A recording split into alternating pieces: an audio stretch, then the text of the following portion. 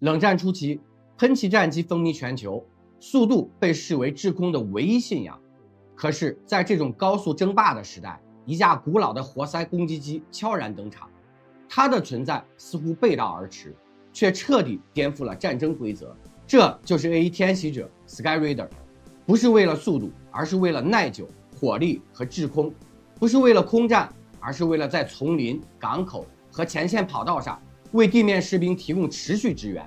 不是简单的海军舰载机，它的设计理念后来直接影响了 A10雷电，外号油猪攻击机，成为现代攻击机的雏形。想象一下，一架活塞飞机能够携带数吨炸弹、火箭和机炮，低空盘旋数小时，即便被击中多处，依然奇迹返航。它的出现让士兵们在最危险的战场上多了一线生机，也让所有人重新思考，战争真正需要的到底是速度还是可靠性？那么问题来了，为什么在喷气机时代，美军依然坚持使用这架看似过时的活塞攻击机？它凭什么在丛林和港口上空低速盘旋数小时，仍能精准支援地面士兵？它的设计理念究竟如何影响了后来的 A10油猪攻击机，甚至改变了现代攻击机的战术哲学？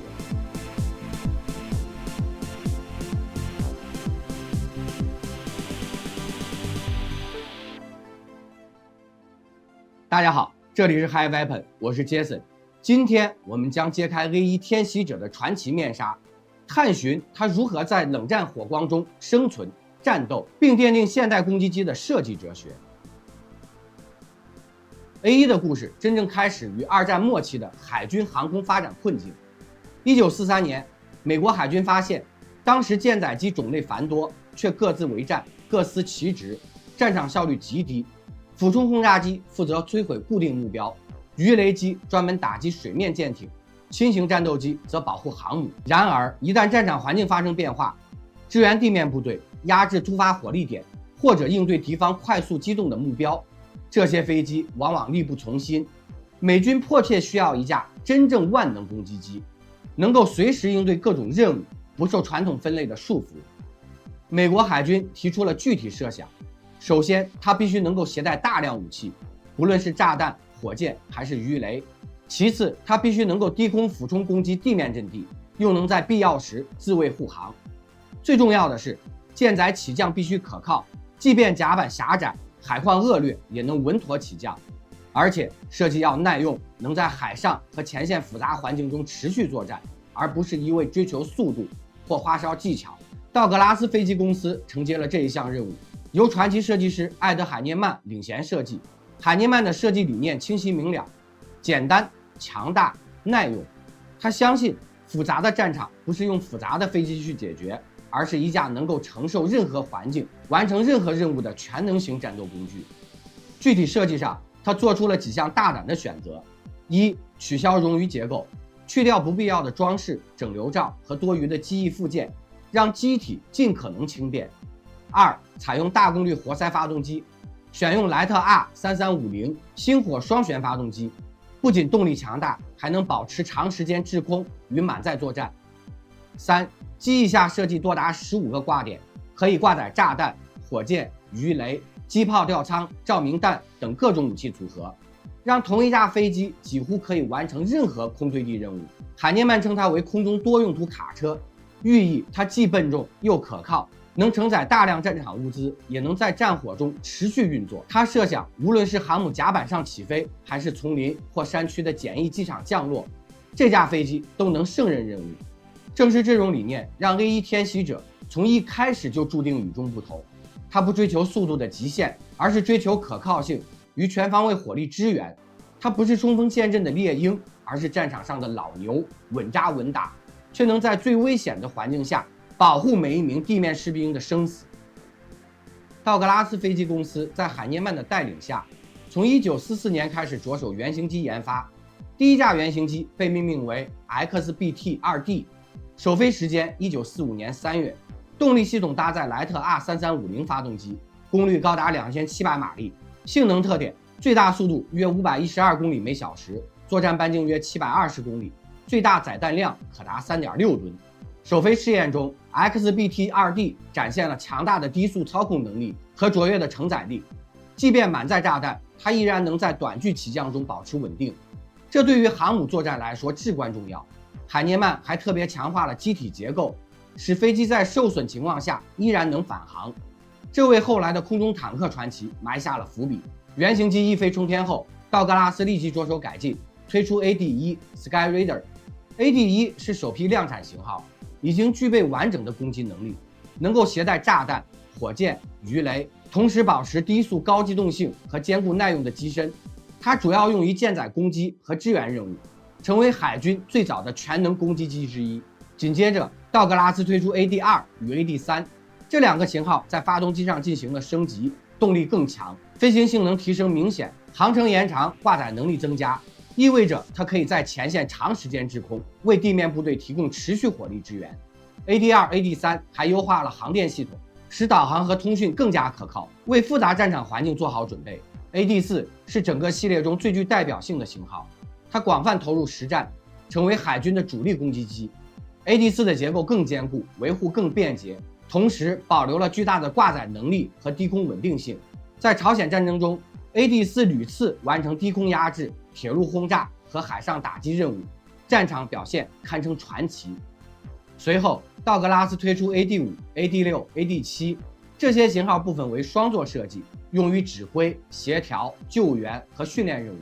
双座版本可以携带机上观察员或指挥官，在战场上进行实时火力调整、搜救支援。同时，后期型号进一步强化了发动机和挂载能力，确保即便满载武器也能稳稳起降。无论哪一代 ，AD 系列都保持了 A1 核心优势：超大挂载能力、长时间制空、低速高机动性和坚固耐用的机体。这些特质让 A1 系列即便在喷气机普及的年代，也能稳稳占据战场的一席之地，为美军地面部队提供了可靠的空中支援。直到1962年，美国军方决定统一军用飞机编号系统，以简化各军种飞机的分类和管理。此前，道格拉斯 AD 系列虽然在海军中服役多年，但命名系统零散，型号繁多，给跨军种作战和后勤支援带来不便。在这次统一编号中 ，AD 系列正式被改称为 A1 Sky Raider 天袭者。A 代表 Attack， 意为攻击机，明确它的作战定位，以空对地火力支援为核心任务，而非空战或高速拦截。1则象征它是首款按攻击机序列编号的飞机，意味着它在美国空军和海军攻击机发展史上占据开创性地位。这一改名不仅仅是编号的变化，更具有象征意义。它可以跨军种适用 ，A1 不再仅仅是海军舰载机，它可以通用美军各作战单位，参与陆基、航母和前线支援任务。这也是历史节点上的标志。作为喷气机时代最后一批活塞攻击机 ，A1 承载了一个时代的设计哲学：耐用、火力强、制空久，并且它的战术定位明确，名称让它的使命清晰可见：低空、持久、精确支援地面部队，弥补高速喷气机在低空火力持续上的不足。从此 ，A1 天袭者不仅仅是一架飞机，更成为美军低空支援战术的代表性符号。在随后的朝鲜战争后期和越南战争中，这个名字被士兵们铭记。他们知道，当 A1 天袭者盘旋在头顶时，地面部队就多了一层几乎不可替代的保护。A1 天袭者之所以能在喷气时代依然独树一帜，其核心在于设计哲学：低速下的稳定性，加超大挂载能力，加长时间制空，加坚固耐用。每一项特性都经过精心设计，使它在复杂战场环境中几乎无可替代。A1 配备了莱特 R3350 发动机，最大功率可达2700马力。虽然它的最大时速仅约512公里每小时，巡航速度更低，但这正是它的优势。在低空低速飞行时，飞机极其稳定，能够在敌方密集火力下长时间盘旋。作战半径约720公里，制空时间可达6至8小时，意味着地面部队在遭遇突发情况时 ，A1 可以持续提供空中支援，几乎无间断。复杂地形、丛林密布或港口区域 ，A1 都能精准操控，投下炸弹或火箭，完成高难度打击任务。A1 的机翼下共有15个挂点，可搭载总量高达7吨的武器，这几乎是当时喷气攻击机的2倍。使它成为真正的空中多用途卡车。武器组合包括常规炸弹，从250磅到1000磅不等，能针对各种地面目标，可挂载多达5吨组合火箭，适合摧毁碉堡、桥梁或集群目标。机炮吊舱与凝固汽油弹加持，可进行火力压制，清除掩体或点燃敌方设施。这种灵活多样的火力配置，使 A1 几乎能完成所有空对地任务，无论是压制火力点，还是执行精准轰炸，甚至对海上目标进行打击，都游刃有余。总结来看， A1 并非追求速度或空战能力，而是将可靠性、火力、制空和抗打击能力发挥到极致。这些特性让它在朝鲜和越南战争中屡次完成几乎不可能的任务，也造就了它在美军历史上的传奇地位。1950年，朝鲜战争爆发，美军在半岛展开大规模地面作战。A1 天袭者作为舰载攻击机，很快被派往前线，为地面部队提供精准火力支援。战场上 ，A1 的任务多样，包括压制敌方火力点、炸毁桥梁和交通要道，为地面部队提供低空掩护、支援登陆作战和攻防转换。其低速高机动性和制空能力使它能够在敌火密集区域盘旋，观察并压制敌方阵地，为士兵创造进攻和防守的机会。战术运用上 ，A1 经常以空中巡逻支援的方式出现，飞机在地面部队上空持续盘旋数小时，观察敌军阵地，识别火力点，精准投放炸弹、火箭，协助推进或掩护撤退。在1951年的一次前线行动中，一架 AD-4在低空执行火力压制任务时，被高射炮击中多处机身，但仍完成投弹任务并成功返航。这样的实力在朝鲜战场屡见不鲜。A1 的超大挂载能力意味着一次出击可打击多个目标，长时间制空让地面部队几乎可以依赖空中火力持续支援，坚固机体则在炮火密集的战场中提升生存率。这些特性让 A1 在朝鲜战争中迅速建立了空中保护者的声誉。士兵们知道，当 A1 天袭者盘旋在头顶，地面火力压力就会大幅下降。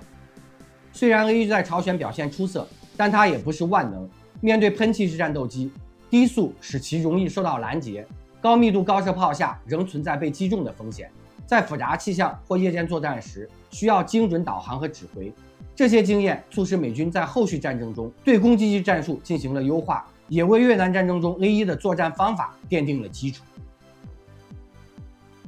进入1960年代，美军深陷越南战争丛林与游击战环境，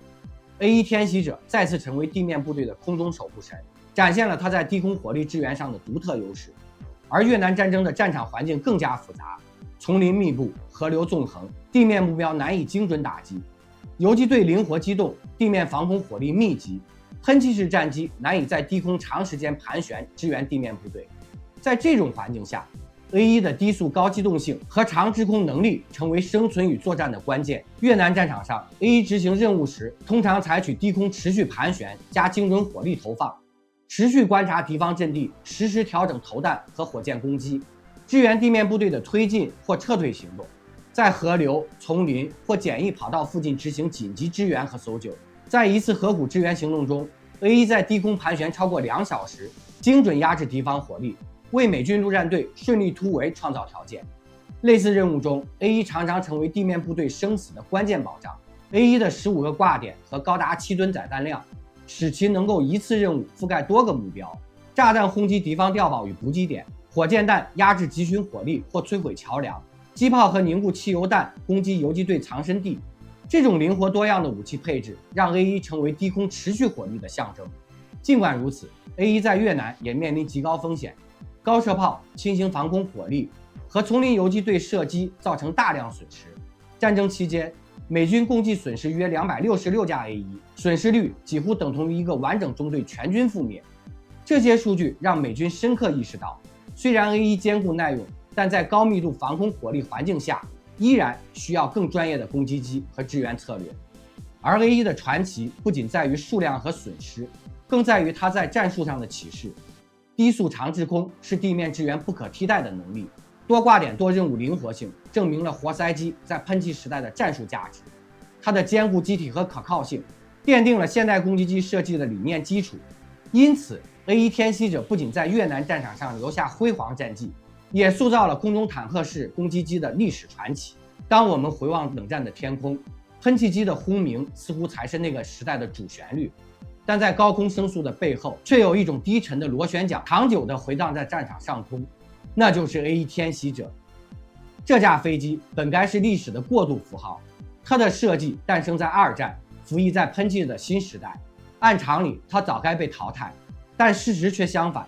从朝鲜半岛到越南丛林，从护航救援到火力压制， A1 一次次证明了自己不可替代的价值。它速度不快，却能在敌军头顶徘徊几个小时；它机身庞大，却顶着数百弹孔奇迹返航；它没有雷达制导导弹，却用最直接的火箭和炸弹为地面部队撕开生路。对许多士兵来说， A1 并不是冷冰冰的武器，而是守护他们的天使。更重要的是， A1 留下的不仅仅是战绩，它让美军认识到，战场真正需要的攻击机不是全能的高速战斗机，而是一架能陪伴前线的空中坦克。这份战术思想最终凝结在后来问世的 A10、雷电2、游珠身上。从低空火力覆盖到护航救援， A10几乎是 A1 的喷气化延续。所以当 A1 在1970年代缓缓退出舞台时，它并不是以失败者的姿态离开，相反，它以最后的活塞攻击机的身份，把一种古老而实用的战术精神传承了下来。今天 A1 天袭者依然被许多越战老兵铭记。他们说，当你在丛林里孤立无援时，听到那低沉的螺旋桨声，就知道自己还活得下去。A1 天袭者以低速、高火力和长滞空能力，横跨朝鲜和越南战争，完成数千次出击，成为地面部队最可靠的空中坦克。然而，当我们回望它的传奇，你是否会思考 A1 天袭者的传奇究竟能给今天的空地协同作战带来哪些启示？如果战争回到低空密集支援，现代军队是否需要重新考虑耐久与挂载比速度更重要的设计理念？有哪些未被记录的危险任务让 A1 的飞行员冒着生命风险完成几乎不可能的任务？欢迎在评论区留下你的观点。A1 的传奇或许不仅属于历史，也属于每一个思考战争本质的人。这里是 High Weapon， 我是 Jason， 我们下期见。